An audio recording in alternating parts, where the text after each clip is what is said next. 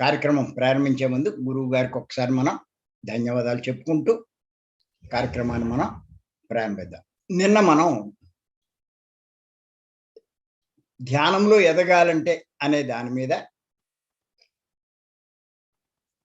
ఏం చెప్పుకున్నామంటే అసలు ధ్యానం అంటే ఏంటి అన్నది చెప్పుకున్నాం. ఇంకేదంటే ధ్యానం అంటే ఏంటో తెలియకుండా మనం ధ్యానం చేస్తే ఎలా ఎదుగుతామంటే తెలుసుకుని దాన్ని తగ్గట్టు మనం సాధన చేస్తేనే మనం ఎదుగుతాం అని చేత చెప్పాను. అది ధ్యానం అంటే ఏంటి అర్థమయ్యే రీతిలో ఎన్నో రకాలుగా చెప్పాను. ఏమని చెప్పానంటే to delink with body and mind and link with the soul. అంటే దాని తెలుగులో అర్థం ఏంటంటే ధ్యానం అంటే శరీరము మనస్సుతో ఉన్న బంధాన్ని తెంచుకోవడం, ఆత్మతో బంధాన్ని ఏర్పరచుకోవడం. ఆత్మ అంటే దైవం, దైవంతో బంధం ఏర్పరచుకోవడం, దాన్నే ధ్యానం అంటారు. అంటే శరీరం పనిచేస్తున్నా అది ధ్యానం కాదు, మనసు పనిచేస్తున్నా అది ధ్యానం కాదు. ఇంకా వాటితో సంబంధం కోల్పోవాలి. ఎలా కోల్పోతాం? కళ్ళు మూసుకోగానే శరీరంతో సంబంధం కోల్పోతాం. మీరు కళ్ళు మూసుకుంటే దేహస్థితి ఉండదు, శరీరంతో ఉన్న సంబంధం పోతుంది. కానీ వెంటనే రకరకాల ఆలోచనలు వస్తాయి మనకి. ఆలోచించేది ఎవరు? మనసు. అంటే శరీరంతో సంబంధం కోల్పోయినా మనసుతో సంబంధం ఏర్పడింది. సహజంగా అందరికి వచ్చేది ఆలోచనలు. కానీ మన గైడింగ్ మాస్టర్లు ఏం చేస్తారంటే అలా కళ్ళు మోయించి వాళ్ళు ఏయో చెప్తూ ఉంటారు, మాటలు గైడ్ చేస్తూ ఉంటారు. గైడ్ చేస్తూ ఉంటే వాళ్ళు మనసుతో వింటూ ఉంటారు, వినేది మనసే. అక్కడ ఏంటంటే ఆలోచనలు ఉండవు, కానీ ఈ మాటలు వింటూ ఉంటారు. మనసు ఆలోచనలోకి వెళ్ళదు, ఎందుకంటే డైవర్ట్ చేశారు వీళ్ళు మాటల మీద. వీళ్ళు మాటలు ఆగిపోతే, చెప్పడం ఆగిపోతే మళ్ళీ ఆలోచనలు వస్తాయి. కానీ వాళ్ళు ఏం చేశారు అంటే ఆలోచనలు లేవు అని మనకి చెప్పడానికి మనసును డైవర్ట్ చేశారు. ఆ పని చేసే మనసుకి ఇంకో పని చెప్పారు. మీరు ఒకటే గుర్తెట్టుకోండి, మనసు ఎప్పుడూ ఏదో ఒక్క పనే చేయగలదు, ఒకేసారి రెండు పనులు చేయలేదు.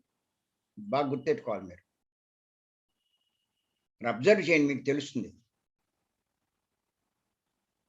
మనసు యొక్క సామర్థ్యం ఏంటంటే ఎప్పుడైనా సరే ఒకేసారి రెండు పనులు చేయదు. ఒక్కసారి ఒక పనే చేస్తుంది. ఒకేసారి రెండు రకాల ఆలోచనలు ఉండవు. ఒకటి అయిన తర్వాత ఇంకోటి, మళ్ళీ దాంట్లో దీంట్లోకి రావచ్చు, దీంట్లో దాంట్లోకి వెళ్ళొచ్చు. అది అయిన తర్వాత ఇది.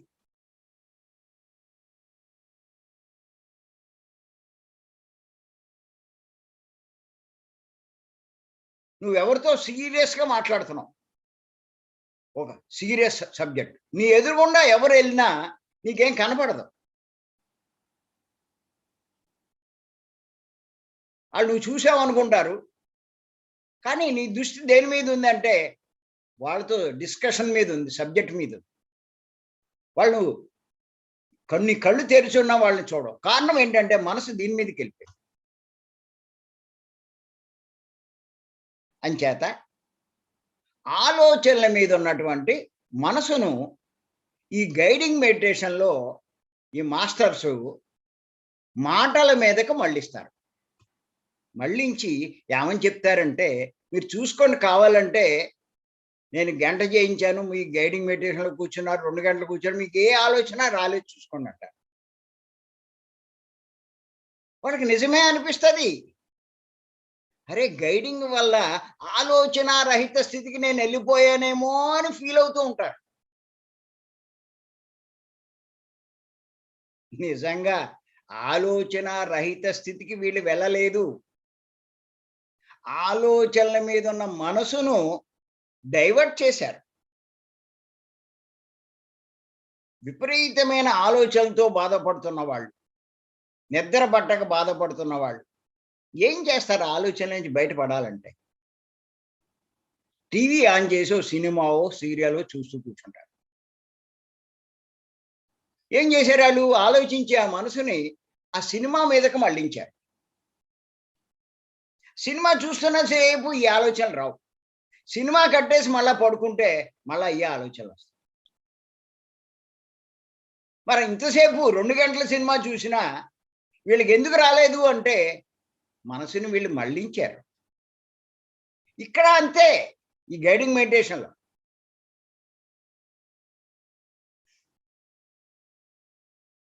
ఆలోచనలో ఉన్న మనసును మాటల మీదకి మళ్ళించారు. అంతే తప్ప, నేను 2 గంటలు కూర్చున్నానండి, నాకు ఇంకే ఆలోచన లేదండి అని చెప్తారు గొప్పగా చాలామంది. ఆ మెడిటేషన్‌లో కూర్చున్నవాళ్ళు.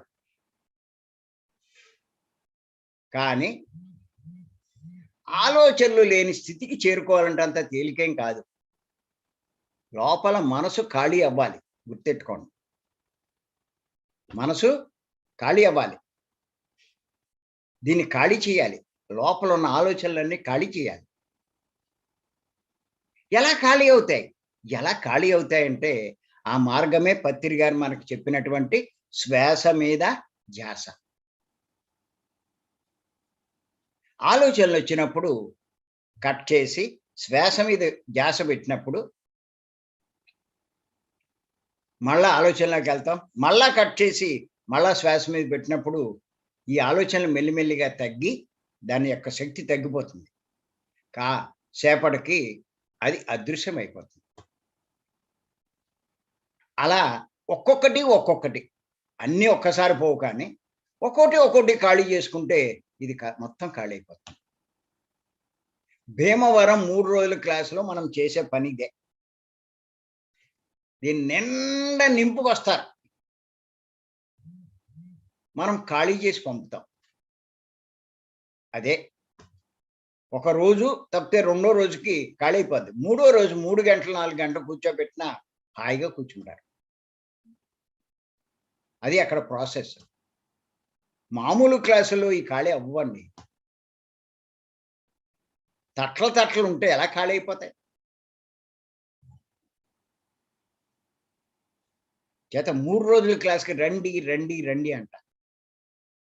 ఏం చెప్తారండి అంటారు. ఏం చెప్పడం కాదు. ముందు దీన్ని ఖాళీ చేసుకోవాలి. అది నేను చెప్పేది. లేతే ఇంటికాడ మటుకు నువ్వేం చేస్తావు? ఎంతసేపు కూర్చుంటావు? ఎంతసేపు ఉండగలవు నువ్వు? అరగంట, గంటకి ఎక్కడ సరిపోద్ది?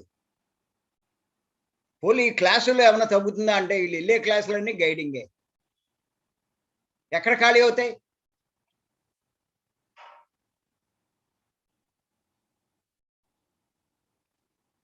ఇంచేతంటే ఎప్పుడైతే మీరు శ్వాసను గమనిస్తారో,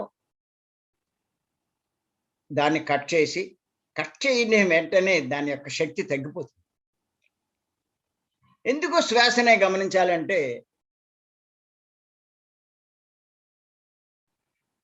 నిన్న కూడా చెప్పుకున్నాం.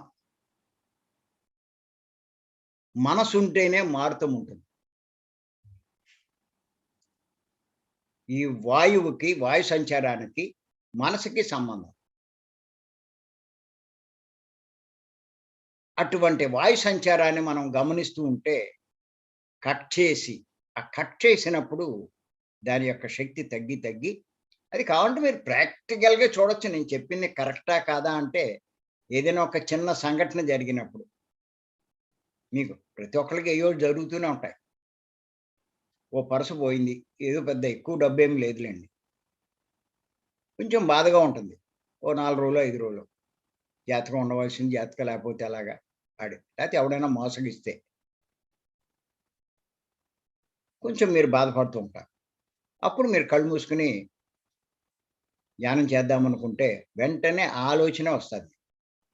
అప్పుడు మీరు కట్ చేసి శ్వాసను గమనిస్తూ ఉంటే ఒక పావుగంట, అరగంటలో ఆ ఆలోచన యొక్క ప్రభావం పోతుంది. ఇంకది మర్నాడు గుర్తురాదు, మిమ్మల్ని బాధ పెట్టదు. అది లోపల నుంచి పోతుందని కాదు. అది వచ్చి మిమ్మల్ని బాధించదు. గుర్తుపెట్టుకోండి. ఆలోచన ఖాళీ అయిపోవడము అంటే ఇంక లోపల లేకుండా ఉండడం కాదు. దానంతటది గుర్తు రాకుండా మిమ్మల్ని బాధించకుండా ఉంటుంది. రాసుకోవాలి ఇదంతా. చాలా మందికి అర్థం కావట్లేదు. అది శ్వాస మీద ధ్యాస వల్ల మాత్రమే సాధ్యం. మనసును ఖాళీ చేయడము అంటే ఆ లోపల ఏమీ లేకుండా పోవడం కాదు. అవి మిమ్మల్ని బాధించవు. దానంతటవి ఎప్పుడు పడితే అప్పుడు మీకు గుర్తొచ్చి మీరు బాధపడేటట్టు చేస్తది మనసు. సహజంగా దుఃఖం కలిగించే సంఘటనలు ఎక్కువ గుర్తు చేస్తది. ఇంకా అయి గుర్తు రావు. అయి గుర్తు రాకపోతే మీకు దుఃఖమే ఉండదు. అశాంతి ఉండదు. అది. అంచేత శ్వాస మీద ధ్యాస. Perfect meditation. పత్రి గారు ఎంతో రీసెర్చ్ చేసి, బుద్ధుడు 6 సంవత్సరాలు అనేక సాధనలు చేసి, వీటిలోనూ ఏమీ లేదు అని అర్థం చేసుకొని, చివరికి శ్వాసను గమనిస్తే ఆయన అప్రయత్నంగా ఆయన ఆ స్థితికి చేరుకున్నాడాయన. ఆ ఆత్మ సాక్షాత్కారం. దాన్నే మోక్షం అనండి, ఇంకోటేమన్నా నిర్వాణం అనండి, ఏదనండి. అది పొందాడాయన. అదే అందరికీ చెప్పాడు. అదే పత్రి గారు. ఎన్నో సంస్థలు తిరిగి, ఎంతో మంది గురువులను తిరిగి, అన్నిటిని అధ్యయనం చేసి, వాటిలో ఏమీ లేదు, సరైన రిజల్ట్ మనకు రాదు అని అన్నీ పక్కన పడేసి, చివరికి ఆయన స్నేహితుడు రామ్ సుబ్బారెడ్డో ఏదో ఉంది.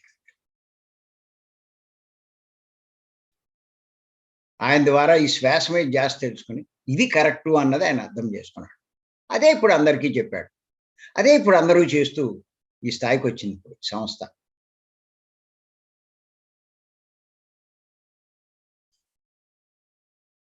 అంచేత ఫస్ట్ ఫండమెంటల్ ధ్యానంలో ఎదగాలి అంటే సరైన ధ్యానం చేయాలి. Perfect meditation. ఏమిటి అంటే శరీరంతోటి, మనస్తోటి ఉన్న బంధాన్ని తెంచుకొని ఆత్మతో, భగవంతునితో బంధం ఏర్పరచుకోవాలి. అక్కడ ఎన్నో లాభాలు, అపారమైన లాభాలు వాళ్ళు పొందగలుగుతారు. అదే ఇందులో ఉన్న సీక్రెట్. చాలామంది ఆశ్చర్యపోతారట. ధ్యానంలో ఆ లాభం వస్తుంది, ఈ లాభం వస్తుంది అంటే ఎలా వచ్చేస్తది కళ్ళు మూసుకుంటే? రాత్రి మనం కళ్ళు మూసుకొని పడుకుంటున్నాం కదా గంటలు గంటలు.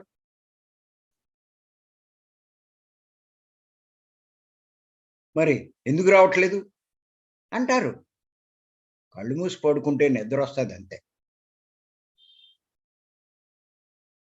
నువ్వు ఆత్మతో సంబంధం ఎక్కడ ఏర్పరచుకున్నావు? మెలకువలో ఈ బంధం తెంచుకోవాలి. నిద్దట్లో ఎలాగో పోతే బంధం. పడుకోగానే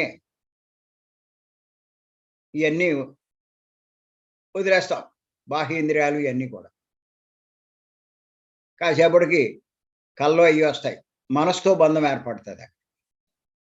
అక్కడ కూడా కాసేపు అయ్యాక అయి కూడా అయిపోతాయి. గాఢ నిద్రలోకెళ్తాం. గాఢ నిద్ర అంటే ఏంటి? ఆత్మతో బంధం. ఆత్మతో ఉండడమే గాఢ నిద్ర. అది సహజంగా జరుగుతది ప్రతిరోజు అందరికి. కానీ అక్కడ ఏమి ఉపయోగం లేదు. ఎప్పుడైతే మనం ఈ మెలకువలో ఈ రెండిటితో బంధం తెంచుకొని మరి ఆత్మతో బంధం ఏర్పరచుకుంటామో అక్కడ ఆ ఎరుక ఉంటుంది. ఆ ఎరుక ఉండడం వల్ల అన్నీ గ్రహిస్తూ ఉంటారు. ఆ ఆత్మ నుంచి వచ్చే సంకేతాలు, ఆ జ్ఞానము, అలాగే ఆత్మశక్తులు అయన్నీ ఒక్కొక్కటి సంక్రమిస్తూ ఆ లక్షణాలన్నీ మీలో ప్రవేశిస్తూ ఉంటాయి. దైవ లక్షణాలు మీలో ప్రవేశిస్తూ రాక్షస లక్షణాలు తొలగిపోతూ ఉంటాయి. మనిషి గొప్పగా పరివర్తన చెందుతాడు. అది ఇందులో ఉన్న రహస్యం. మానవుడు మాధవుడుగా మారడం అంటే ఇదే. ఇంత లోతుగా అందరూ ఆలోచించలేరు. ఇందులో ఇంత ఉందా అన్నది. ఇందులో ఉన్న రహస్యం. అది పత్రి గారి వల్లే మనం తెలుసుకోగలిగాం.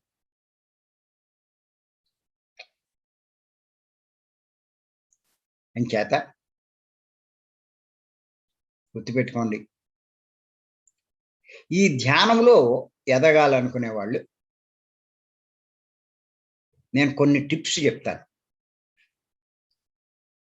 ప్రతిరోజు పాటించవలసినటువంటి టిప్స్ అవి తెలుసుకోవాలి. రాసుకోండి చెప్తాను నేను. మధ్య మధ్యలో ఎప్పుడప్పుడు ఒక్కొక్కసారి చదువుకుంటూ ఉంటాను. ఫస్ట్ పాయింట్ ఏంటంటే శ్వాస మీద ధ్యాస అన్న ధ్యానమే చేయాలి. శ్వాస మీద ధ్యాస అన్న ధ్యానమే చేయాలి. ఇంకా దీన్ని క్వశ్చన్ చేసేవాడు ఎవ్వడం లేడు మన సొసైటీలో కూడా. ఇంకేమని చెప్తారంటే వాళ్ళు ప్రారంభంలో ఉన్నారు, ఒక్కసారి వాళ్ళ వల్ల కాదు, అందుకే మేము ఇలా చేస్తున్నాం అంటారు. అంటూ వాడు బతుకంతా అలాగే చేయిస్తారు. కానీ గుర్తెచ్చుకోండి, ధ్యానములో ఎదగాలి అంటే, ఎదగడం అంటే ఏంటో కూడా చాలా మందికి అర్థం కాదు. అది కూడా చెప్తాను నేను. శ్వాస మీద ధ్యాస అన్న ధ్యానమే చేయాలి. అనునిత్యం చేయాలి, అంటే ప్రతిరోజు చేయాలి. నెంబర్ 2 పాయింట్, ఆహార నియమాలు చాలా కఠినంగా పాటించాలి. ఎంత కఠినంగా అనే పదాన్ని వాడాను అంటే ఎంత దాని ఆవశ్యకత ఉందో ఒక్కసారి మీరు గ్రహించాలి. ఆహార నియమాలు చాలా కఠినంగా పాటించాలి. అంటే తమో గుణ ప్రధానమైన, రజోగుణ ప్రధానమైన ఆహారాలు ఎటువంటి పరిస్థితిలో తీసుకోకూడదు. అంటే మాంసాహారం, కోడిగుడ్లు, వెల్లుల్లి ఎటువంటి పరిస్థితిలో తినకూడదు. సాత్వికమైన శాకాహారమే తీసుకోవాలి. మాంసాహారం వండకూడదు. అలాంటి పరిస్థితులు ఉన్నప్పుడు ఏం చేయాలో అన్నది మీ తెలివితేటలు ఉపయోగించాలి. ఎలా దాంట్లో నుంచి బయటపడాలి. నెంబర్ 3, వీలైనంత నిశ్శబ్ద వాతావరణం కల్పించుకోవాలి ధ్యానం చేసేటప్పుడు. లేకపోతే అటువంటి సమయాన్ని ఎంచుకోవాలి. 4వ పాయింట్, ప్రాతకాల సమయమే ధ్యానానికి అనుకూలమైన సమయం. మీరు ఎప్పుడైనా చేయొచ్చు, దానికే ఇబ్బంది ఏం కాదు. కానీ ప్రాతకాల సమయం అన్నది బాగా అనుకూలమైన సమయం. అందుకే ఇప్పుడు మనం ఆ సమయాన్ని ఎంచుకున్నాం. 5వ పాయింట్, మరి ప్రాతకాల సమయం మనం ఎంచుకున్నప్పుడు ధ్యానం చేసేటప్పుడు, అంటే ధ్యానంలో కూర్చునేటప్పుడు స్నానం చేసి కూర్చోవాలి. దాని ముఖ్య కారణం ఏంటంటే మనం నిద్రపోయినప్పుడు మొత్తం శరీరంలో ఉన్నటువంటి కణాలు ఇవన్నీ తమోగుణంలోకి వెళ్ళిపోతాయి. బద్ధక స్థితి చాలా బద్ధకంగా ఉంటుంది. ఆ కణాల్లో ఉన్న బద్ధకమే మనకు వ్యక్తం అవుతూ ఉంటుంది. బద్ధకంగా ఉంది, లేవలేకపోతున్నాను ఇవన్నీ అంటారు.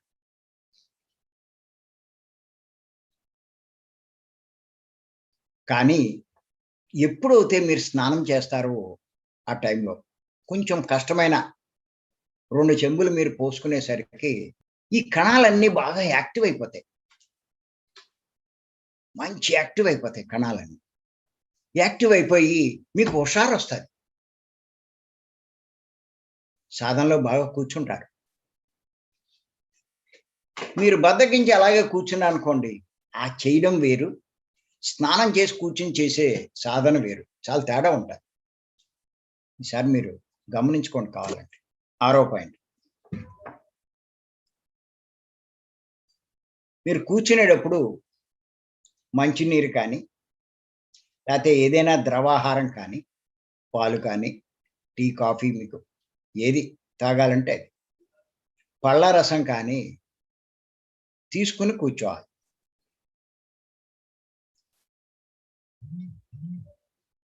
రాత్రంతా కడుపు ఖాళీ అయిపోతుంది.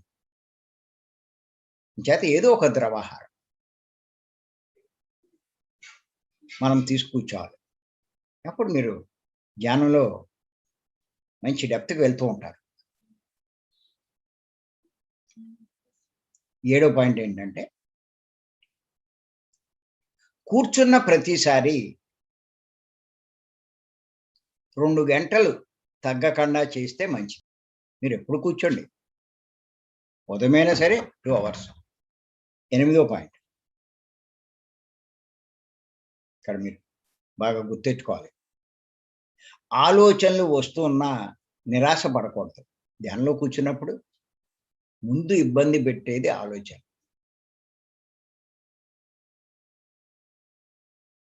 అవి వస్తూ ఉన్నా నిరాశ పడకూడదు. అరెరే! ఆలోచనలు వచ్చేస్తున్నాయే, ఎన్నాళ్ళ నుంచి కూర్చున్నా వచ్చేస్తున్నాయే అని నిరాశ పడకూడదు. తొందరగా లేచిపోకూడదు. ఆలోచనలు వచ్చేస్తున్నాయని లేచిపోకూడదు.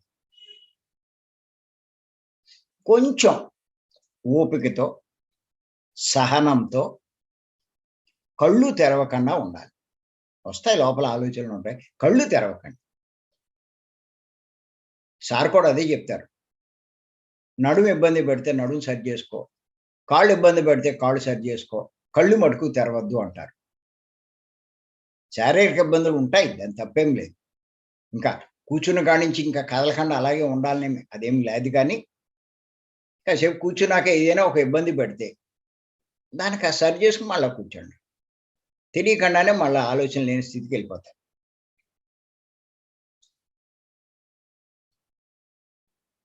9వ పాయింట్.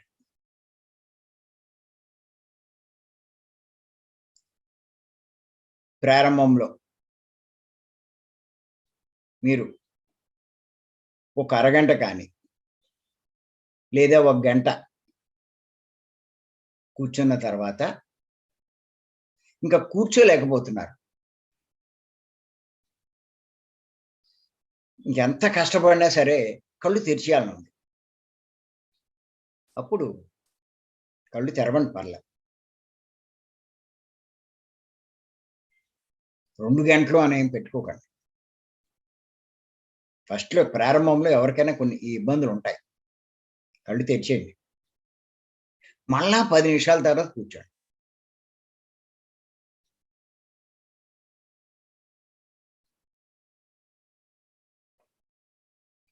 వీలైనంత మటుకు తెరవకుండా ఉండడానికి ప్రయత్నం చేయండి. 2 అవర్సు. లేకపోతే ఇంకా మరీ కొత్త వాళ్ళ సంగతి చెప్తున్నాను. పాత వాళ్ళకి అక్కర్లేదు. ఆ ప్రాబ్లమ్ ఉండదు. 10 నిమిషాల తర్వాత మళ్ళా కూర్చోండి. మరీ ఆలోచనలు మీకు ఇబ్బంది పెడుతూ ఉంటే ఆ టైంలో 10 నిమిషాలు ఆ టైంలో ఏదైనా ఒక ఆధ్యాత్మిక పుస్తకం, ముఖ్యంగా పత్రిజీ పుస్తకం చదవండి. అప్పుడు మళ్ళా ధ్యానంలో కూర్చోండి. ఏ ఆలోచనలు మిమ్మల్ని ఇబ్బంది పెడుతున్నాయో ఇది చదవడం వల్ల మీ మనసు కొంచెం డైవర్ట్ అయ్యి ఆ ఇబ్బంది నుంచి కొంచెం బయటపడతారు. లేకపోతే అయ్యే ఆలోచనలు మిమ్మల్ని కుళ్ళబెట్టేస్తూ ఉంటాయి.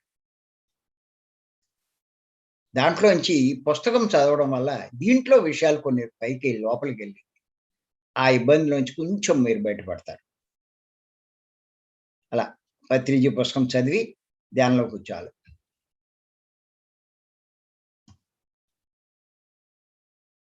10వ పాయింట్. ధ్యానం చేసే గదిలో పనికి రాని టీవీ ప్రోగ్రామ్స్ పెట్టకూడదు. మీరు పెట్టినా, ఇంకోళ్ళు పెట్టినా, ఎవరు పెట్టినా పనికిరాని ప్రోగ్రామ్స్. పనికిరాని సినిమాలు, సీరియల్స్, చెత్త, చెదారం, తిట్టుకోవడాలు, కొట్టుకోవడాలు, ఇయన్నీ అరుచుకోవడాలు ఇయన్నీ ఉంటాయి ఇందులో. అటువంటివి చూడకూడదు.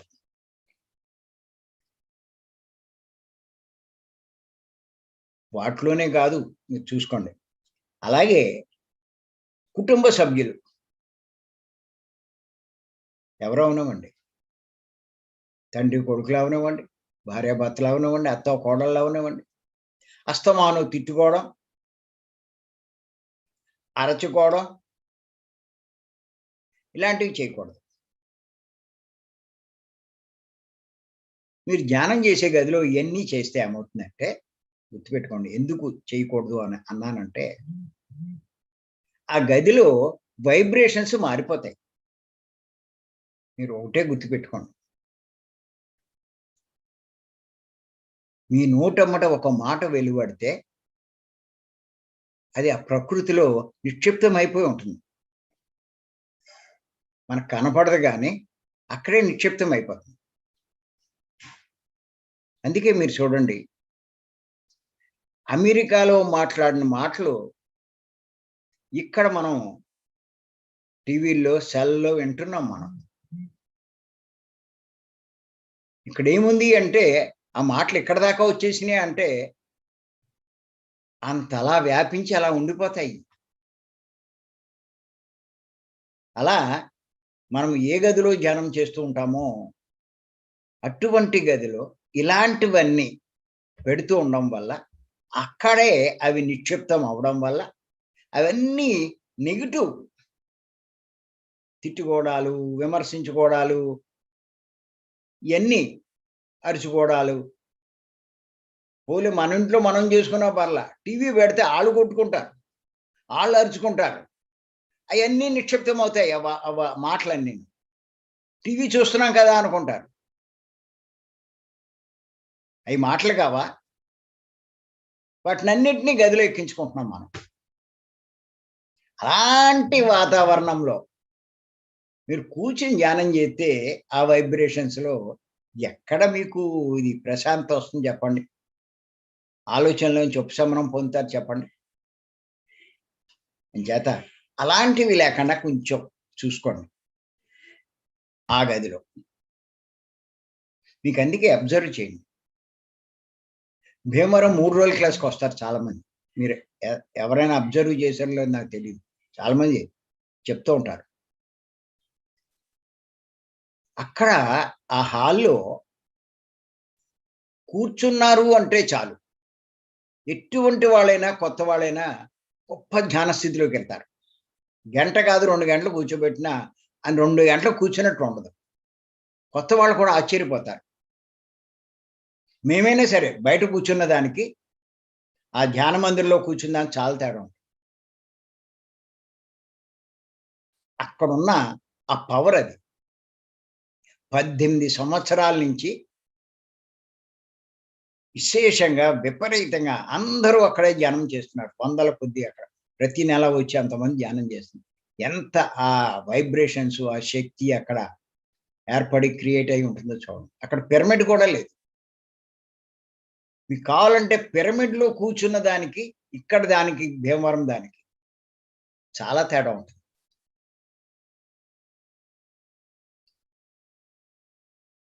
కారణం ఏంటంటే, అక్కడ మేము వేరే ప్రోగ్రామ్స్ గాని, ఫంక్షన్స్ గాని వేటిని అలౌ చెయ్యం. ఓన్లీ మెడిటేషన్ అక్కడ.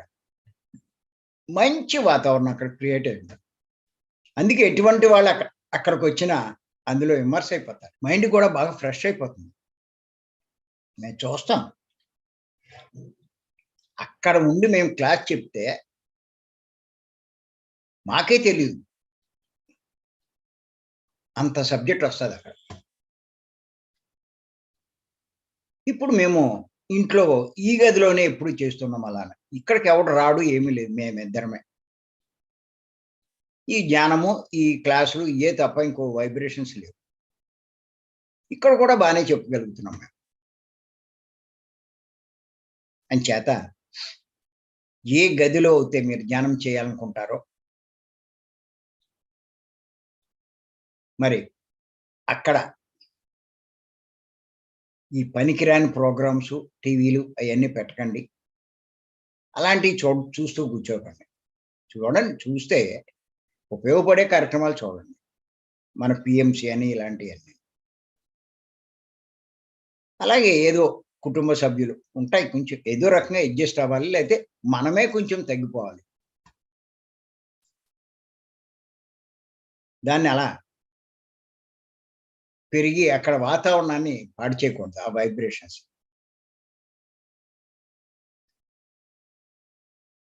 మరి మంచి వైబ్రేషన్స్ ఉంటే ధ్యానంలో బాగా కుదురుతుంది.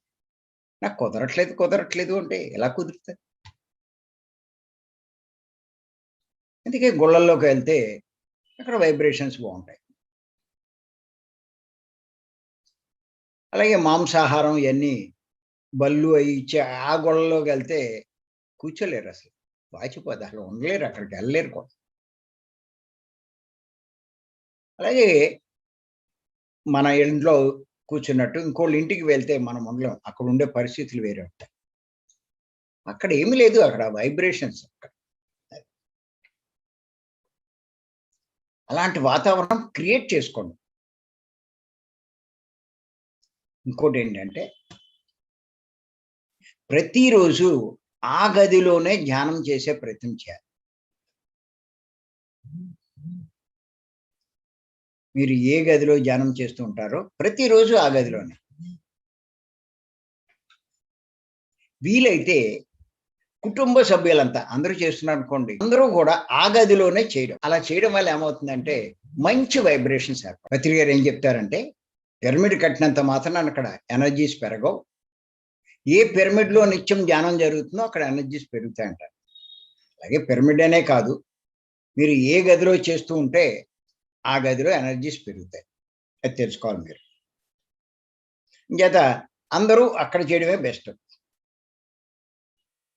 కొన్ని ఎగ్జామ్షన్స్ పరిస్థితులు ఉంటాయనుకోండి, దానికి నేనేమి అన్న కానీ వీలైనంత మటుకు ఈ రకంగా మనం మెయింటైన్ చేయడం మంచిది. 12వ పాయింట్, ఇది కూడా ఇంపార్టెంట్ పాయింట్. ఈ సాధనా మార్గంలో, ఈ ధ్యాన మార్గంలో వెనకాడేవారు, వెనకాడడం అంటే చెయ్యగలనా లేదా, కూర్చోగలనా లేదా అని ఆలోచించేవారు. చెయ్యలేనేమో అని సంశయించేవారు. అన్ని గంటలు కూర్చోగలనా, కదలకుండా ఉండగలనా, నడుం నొప్పి పెడుతుందేమో, కాళ్ళు నొప్పి పడతాయేమో అని ఆలోచిస్తూ కొంతమంది డిసైడ్ అయిపోతారు. ఒక గంట కూర్చుందాంలే అని, లేకపోతే ఒక అరగంట కూర్చుందాంలే అని ముందే నిర్ణయం చేసుకుంటారు.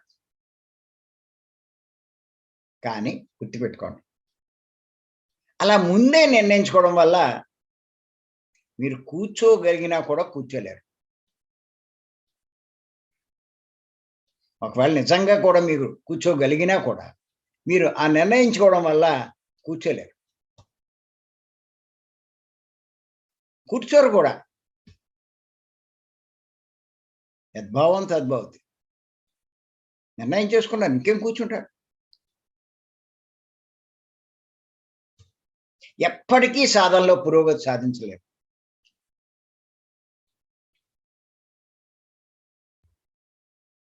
ఎదగలేరు. అంచేత ఏంటంటే ఏ రకమైన సంశయాలు ఉండకూడదు. ఇవే కాదు, గుర్తుపెట్టుకోండి. ఇంకా ఏంటంటే పనికి రాని పుస్తకాలు చదవడం. నవల్సు, సీరియల్సు అయన్నీ బుర్రను పాడు చేస్తాయి. ఆ చెత్తంతా మన బుర్రలోకెళ్ళి. అయ్యే ఆలోచనల కింద వస్తాయి. అలాగే పేపర్‌లో కూడా ఎక్కువ చదవకూడదు. అసలు చదవద్దని నేను అనను కానీ,